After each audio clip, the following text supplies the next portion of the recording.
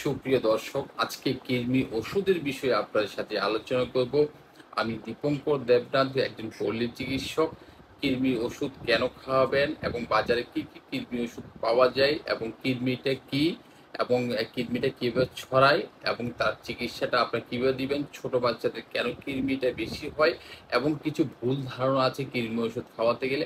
আজকে এই সম্পূর্ণ ভিডিও নিয়ে আজকে আমি আমি আপনাদের সাথে যুক্ত আছি। আপনারা ভিডিওটা সম্পূর্ণ দেখতে থাকেন। আর আমার চ্যানেলের সাথে যদি আপনারা যুক্ত না থাকেন, অবশ্যই আমার চ্যানেলকে সাবস্ক্রাইব করে দিয়ে নতুন নতুন ভিডিও পেতে আমাকে উৎসাহিত করবেন। আর যদি আপনাদের যদি কোনো প্রশ্ন থাকে, অবশ্যই কমেন্ট বক্সে রেখে যাবেন।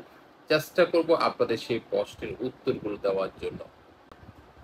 বাজারে কিন্তু তিন ধরনের কৃমি ওষুধ পাওয়া যায়। একটা হচ্ছে প্যারেন্টাল প্যামোট, আর হচ্ছে অ্যালবেন্ডাজোল এবং হচ্ছে মেবেন্ডাজোল। তার মধ্যে হচ্ছে যেই কোম্পানি যে ওষুধের যে নামগুলো দিচ্ছে, তার মধ্যে হচ্ছে দেখেন ডিলেন্টিন আছে, মেলফিন আছে। আর অ্যালবেন্ডাজোল গ্রুপের মধ্যে যেটা আছে অ্যালবেন, অ্যালবেন ডিএস এবং অ্যালমেক্স। আর মেবেন্ডাজোল গ্রুপের মধ্যে যে ওষুধটা আছে তার মধ্যে হচ্ছে সোলাস। কৃমির ওষুধ খাওয়া কেন জরুরি, আগে সেই জিনিসটা আপনাদের সাথে শেয়ার করছি। কৃমি হচ্ছে একটা পরজীবী প্রাণী, এটি আমাদের অন্তে থাকে। আপনি বিশ্বাসই করবেন না, একটা কৃমি যদি আপনার শরীরে থাকে, সে প্রতিদিন 0.5 মিলিলিটার সে আপনার শরীর থেকে রক্ত চুষে নিতে পারে। আর বিশেষ করে বাচ্চাদের কৃমির সমস্যার কারণে বাচ্চাদের গ্রোথ, বাচ্চাদের আসলে অরুচি, বিভিন্ন সমস্যা কিন্তু বাচ্চারা ভোগে। দেখেন কৃমি কিভাবে ছড়ায়, সেই জিনিসটা আপনাদের জানতে হবে। কৃমি কিন্তু খাবারের মাধ্যমে ছড়াতে পারে। আপনার খাবারটা যদি অপরিষ্কার থাকে, খাবারটা যদি ঠিকমতো ঢাকা না থাকে, খাবারটা যদি কোনো কারণে বাসি হয়ে যায়, সেই খাবারটা আপনি খাচ্ছেন, কোনো কারণে সে খাবারের মধ্যে মাছি, বিভিন্ন যে পোকামাকড় আপনার বসেছে, সে তার মাধ্যমে কিন্তু কৃমি আপনার ছড়াতে পারে। আরেকটা হচ্ছে আপনার হাতটা যদি আপনি পরিষ্কার না করে যদি কোনো খাবার খান, কোনো খাবারে যদি হাত দেন, সেই কারণে কৃমি ছড়াতে পারে। তার মধ্যে হচ্ছে আরেকটা হচ্ছে পানি। পানিটা যদি বিশুদ্ধ পানি না হয়, সেই কারণে কিন্তু কৃমি ছড়াতে পারে। এই যে বিষয়গুলো বলেছি, এর মধ্যে আরো একটা বিষয় আছে, ছোট বাচ্চারা এই জিনিসটা বেশি হয়। ছোট বাচ্চারা কিন্তু আসলে তারা তো যখন ছোট থাকে, তারা অনেক সময় তারা হাঁটতে চায় বা হাম্বুড়ি দিয়ে হাঁটে, তখন তাদের কাছে বা তারা যখন যেটা পায় সেটা কিন্তু ধরে মুখে দিয়ে অনেক সময় তাদের আঙ্গুল বা ফিঙ্গার গুলো তারা মুখে দেওয়ার চেষ্টা করে। এখন অনেক কিছু এমন কিছু জিনিস আছে যে জিনিসগুলো খুব ময়লা বা তারাও তারা বুঝতে পারে না, তারা সেগুলো টাচ করে সেটা মুখে দিচ্ছে, মুখের মাধ্যমে কিন্তু জীবাণুটা ছড়াতে পারে। এই জিনিসটা খেয়াল রাখতে। আর একটা হচ্ছে খালি পায়ে, খালি পায়ে থাকলেও কিন্তু কৃমি ছড়াতে পারে, সেই জিনিসটা আপনি মনে রাখবেন। দেখেন কৃমি হলে যে তাৎক্ষণিক যেই আপনারা যে লক্ষণগুলো দেখতে পারেন, তার মধ্যে হচ্ছে দেখেন হঠাৎ করে পেট মোচড় দেবে বা পেট কামড়াবে, সেটা হতে পারে। অনেক সময় পেট ফুলে যেতে পারে বাচ্চাদের। তারপর খাওয়ার অরুচি থাকতে পারে, বমি ভাব থাকে। অনেক সময় ছোট বাচ্চাদের রাত্রের বেলা ঘুম যাওয়ার পর হঠাৎ করে কান্না করে উঠে যায়। এবং কিছু কিছু বাচ্চা দেখবেন যখন কৃমির সমস্যা হয়, সে অনেক সময় হাতের ইশারা বা আঙ্গুল দিয়ে সে পিছনে তার পায়ের পথে দেখানোর জন্য চেষ্টা করে। অনেক সময় কিছু বাচ্চা কিন্তু আঙ্গুল দিয়ে সে পিছন চুলকানোর জন্য চেষ্টা করে।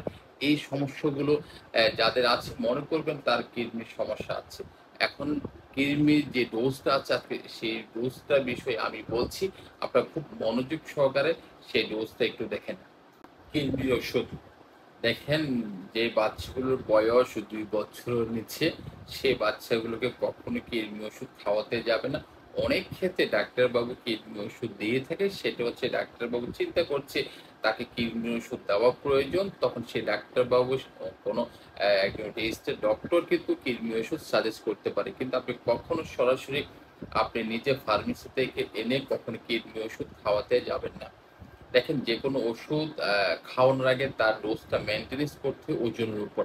আমি একটা আনুমানিক ধারণা করে কিডনির যে ডোজটা আছে সেটা বলছি, আপনি একটু মনোযোগ সহকারে দেখতে থাকেন।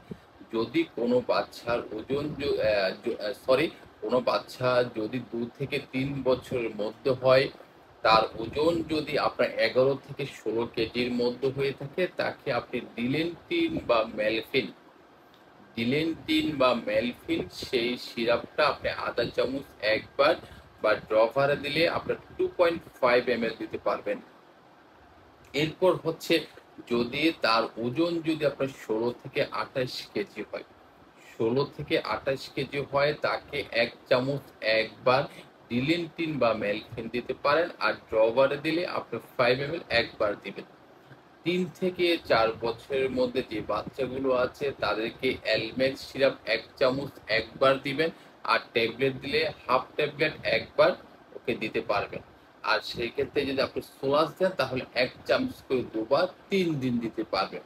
যদি 4 বছর উপরে বাচ্চা হয় তাহলে তাকে অ্যালমেক্স সিরাপ 2 চামচ করে একবার দিবেন, আর যদি ট্যাবলেট দেন 400 মিলিগ্রাম ট্যাবলেট মানে একটা ট্যাবলেট একবার দিবেন, ও একবারই খাবে। আর এই ট্যাবলেটটা 400 মিলি ট্যাবলেটটা সে কিন্তু অবশ্যই চষে খেতে হবে। আর বড়দের ক্ষেত্রে সেম একটা ট্যাবলেট একবার, আর যে সোলাস যদি আপনার ট্যাবলেটটা খায় তাহলে একটা করে ট্যাবলেট দিলে দুবার 3 দিন খেতে পারে। এবার আপনার কাছে প্রশ্ন আসতে পারে, স্যার অনেক ক্ষেত্রে বা দাদা অনেক ক্ষেত্রে যে ডাক্তাররা কিন্তু 7 দিন বা 10 দিন পর বা 21 দিন পর দিয়ে থাকে, সেটা হচ্ছে এটা যে কথাটা বলেছি। আরেকটা কথা আমি বলতে ভুলে গেছি, সেটা হচ্ছে 3 থেকে 5 বছরের মধ্যে যে বাচ্চাগুলো আছে তাদেরকে 3 মাস পর পর কিন্তু আপনাকে কৃমি ওষুধ অবশ্যই দিতে হবে, এটা হচ্ছে বাধ্যতামূলক। আর 5 বছর উপর থেকে তার যখন বয়স বেড়ে যাবে তখন কিন্তু আপনি 6 মাস পর পর দিতে পারবেন।